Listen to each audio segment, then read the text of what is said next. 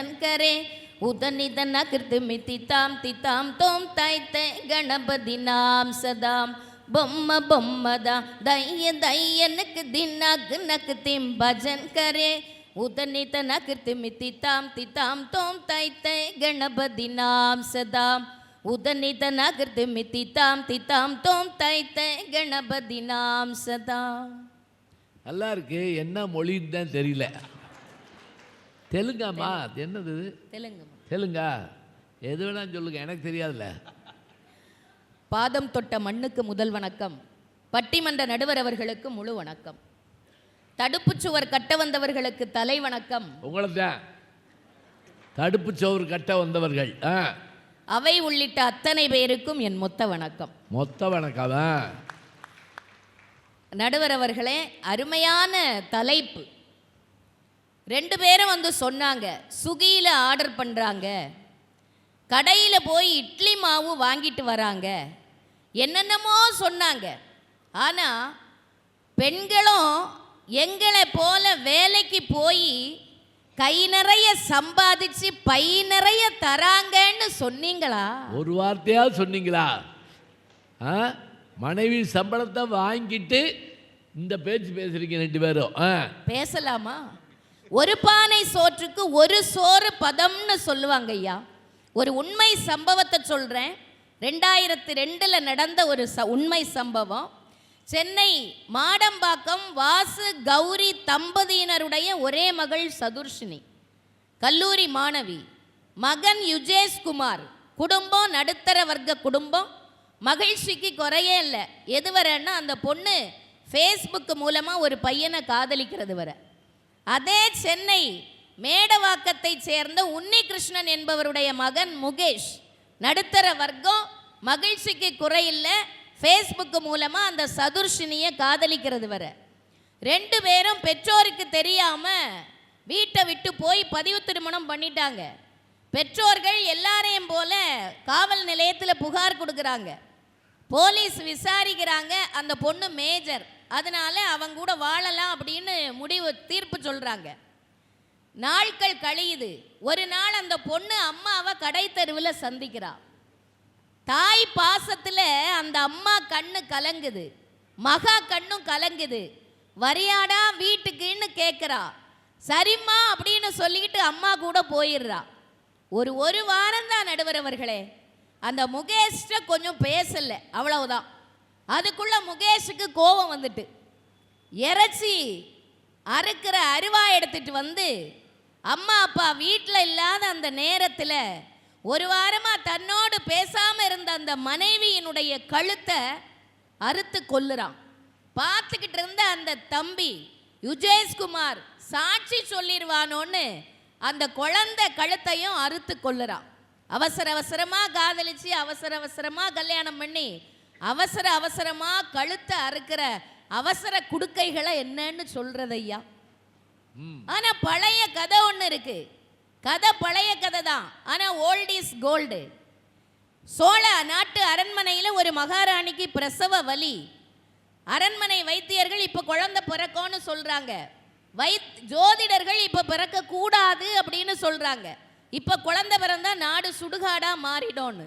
அந்த அம்மா கமலவதி, அந்த அம்மா அழகா சொல்லுது, என் மணி வயத்தில் பிறக்கக்கூடிய குழந்தையால் இந்த நாடு சுடுகாடா மாறக்கூடாது. ஒரு நல்லவன் என் வயிற்றில் பிறக்கணும், என்னை சற்று நேரம் தலைகீழாக கட்டி தொங்க விடுங்கள் அப்படிங்கிறான். அந்த அம்மாவை தலைகீழாக கட்டி தொங்க விடுறாங்க. அரை மணி நேரம் கழித்து கண்கள் சிவக்க ஒரு குழந்தை வந்து பிறக்கிறது. அந்த குழந்தை தான் 72 சிவாலயங்களை கட்டினான் என்ற பெருமைக்குரிய சோழன் செங்கண்ணான் என்று சொன்னால், குடும்பத்துக்காக வேண்டி வாழ்க்கையில பல தியாகங்களை செய்யக்கூடியவர்கள் ஆண்கள், ஒத்துக்கிறோம். ஆனா வாழ்க்கையே தியாகம் செய்யக்கூடியவர்கள் எங்கள் பெண்கள் நடுவரவர்களே. அதனாலதான் பெண்மையில் தாய்மையை கண்டு, தாய்மையில் தெய்வத்தை கண்டு தரிசித்த நாடு நம்முடைய தாய் திருநாடு அப்படின்னு சொன்னாங்க. திருமண தம்பதிகளை வாழ்த்தும் போது பெரியவங்க சொல்லுவாங்க, 16 பெற்று பெருவாழ்வு வாழ்க அப்படின்னு. 16ன்னா என்ன? 16 செல்வங்கள். கலையாத கல்வியும் குறையாத வயதுமோர் கபடு வாராத நட்பும் கன்றாத வழமையும் குன்றாத இளமையும் கழுப்பிணி இல்லாத உடலும் சலியாத மனமும் அன்பகலாத கணவனும் தவறாத சந்தானமும் தாழாத கீர்த்தியும் மாறாத வார்த்தையும் தடைகள் வாராத கொடையும் தொலையாத நிதியமும் கோணாத கோலும் ஒரு துன்பமில்லாத வாழ்வும் துய்யனின் பாதத்தில் அன்பும் உதவி பெரிய தொண்டொருடு கூட்டு கண்டாய் அலையாளி அரிதுயிலும் ஆயனது தங்கையே ஆதி கடவுரின் வாழ்வே அமுதீசர் ஒரு பாகம் அகலாத சுகவாணி அருள்வாய் நீ அபிராமியே. சபா சபா சா. இந்த 16 செல்வங்கள்ல ஒரு செல்வம் தான் குழந்தை செல்வம். ஆனா பழைய காலத்துல 16ஐயுமே குழந்தை செல்வங்களாகவே பெற்றுக்கிட்டாங்க. அப்ப உறவுகளுக்கு பஞ்சம் இல்லை. ஆனா இப்ப நீங்க சொல்ற மாதிரி ஒவ்வொரு வீட்லயும் ஒண்ணு கருவேப்பிலை கண்ணு மாதிரி ஒண்ணு வச்சிருக்காங்க. அப்ப உறவுகளுக்கு தட்டுப்பாடு. அப்படி இருக்கக்கூடிய அந்த சூழல்ல கூட தன் கண்ணுக்கு யார் யார் நல்ல உறவுகளா தெரிகிறாங்களோ அவங்களெல்லாம் தபால்காரனா இருக்கட்டும், பால்காரனா இருக்கட்டும், கீரைக்காரரா இருக்கட்டும், மீன்காரரா இருக்கட்டும், மாமா அப்படின்னு உறவு முறை சொல்லி பெண்கள் சொல்லி கொடுக்கக்கூடிய அந்த பண்பு இருக்கு பாருங்க. இல்லை, குழந்தை வளர்ப்பு அப்படிங்கிறது ஒரு தனி கலை நடுவர் அவர்களே. குறிப்பா பெண்களுக்கு அது கைவந்த கலை. குழந்தை எடுத்து வச்சிருப்பாரு அப்பா. குழந்தை அழுதுட்டுன்னு வைங்க, என்ன பண்ணுவாங்க அப்பாக்கள்? இந்தா உன் குழந்தை எப்படி அப்படின்னு கொடுத்துக்கிட்டு எஸ்கேப் ஆயிடுவாங்க. ஆனால் அந்த குழந்தைய அந்த அழுகையை நிறுத்தணுமா, சிரிக்க வைக்கணுமா, தூங்க வைக்கணுமா, அது அம்மாக்களால் தான் முடியும், அது பாட்டிகளால் தான் முடியும், அது சித்திகளால் தான் முடியும், அது அத்தைகளால் தான் முடியும். அன்பா அந்த குழந்தைய எடுத்து ஆசையா தோள்ல போட்டு பாசமா 2 தட்டு தட்டி, பழைய காலத்தில் பாட்டி எப்படி அந்த குழந்தைய தூங்க வைப்பா தெரியுமா? எத்தனை உறவுகளை சொல்லுவா குழந்தைக்கு. அதில் அத்தையே அடிச்சாலோ அன்னமிட்ட கையாலே தொட்டில் அப்படி போகும். மாமி அடிச்சாலோ மருந்து போடும் கையாலே, அண்ணன் அடிச்சானோ வீடு பெருசா இருக்கும் அரளிப்பூ தண்டாலே, மாமன் அடிச்சானோ மல்லிகைப்பூ செண்டாலே.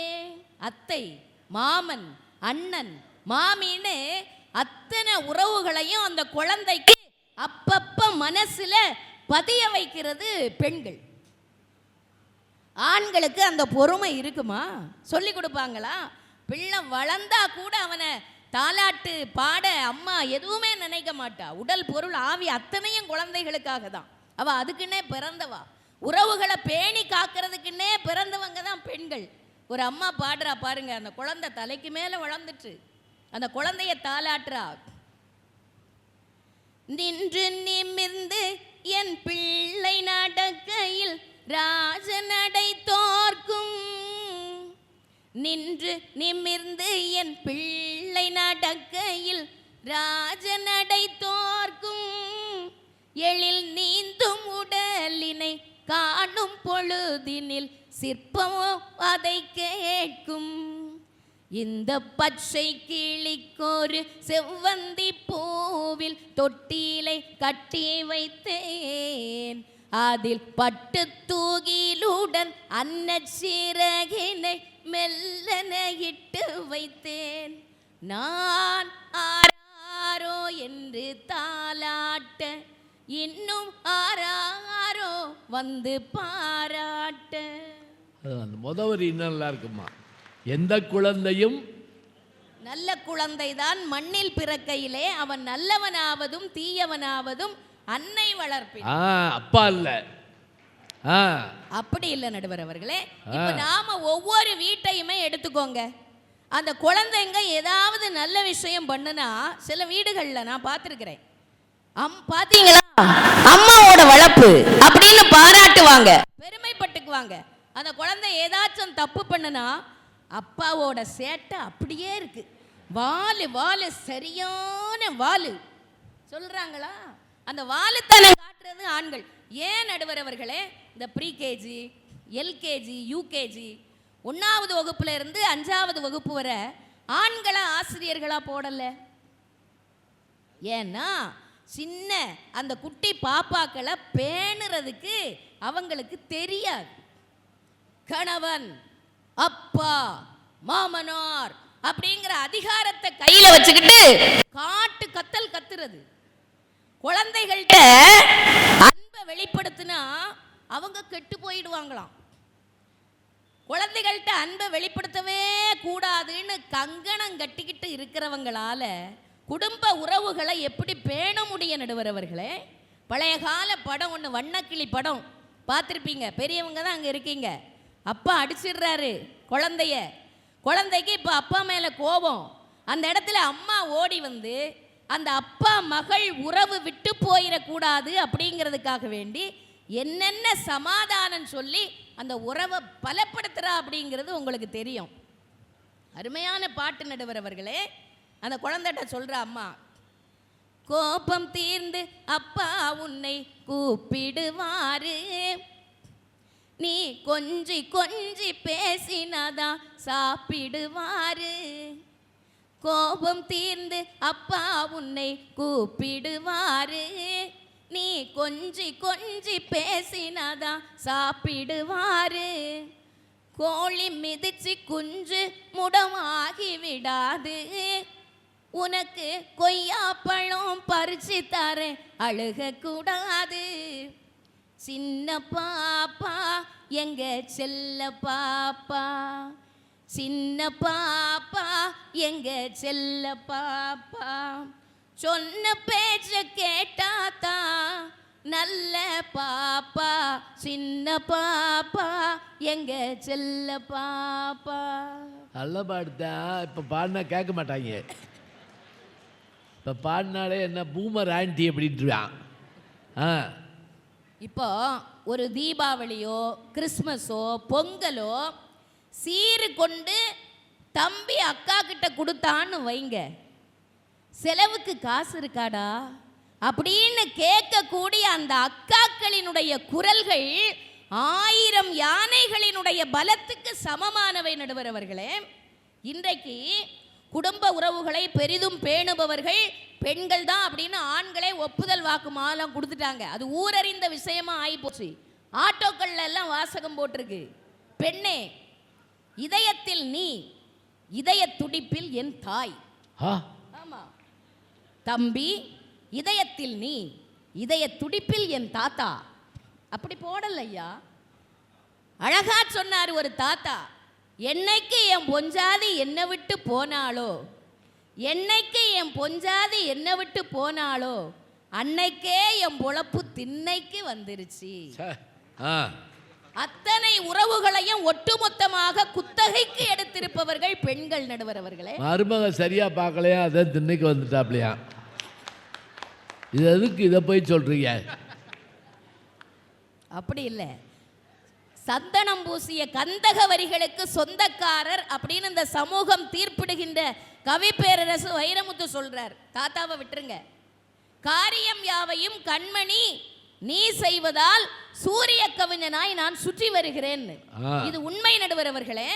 திருமணத்துக்கு முன்னாடி வீட்டில் பிறந்த வீட்டில் இருக்கக்கூடிய பெண் நல்ல கணவன் வேணும் அப்படின்னு சாமி கும்பிடுவா.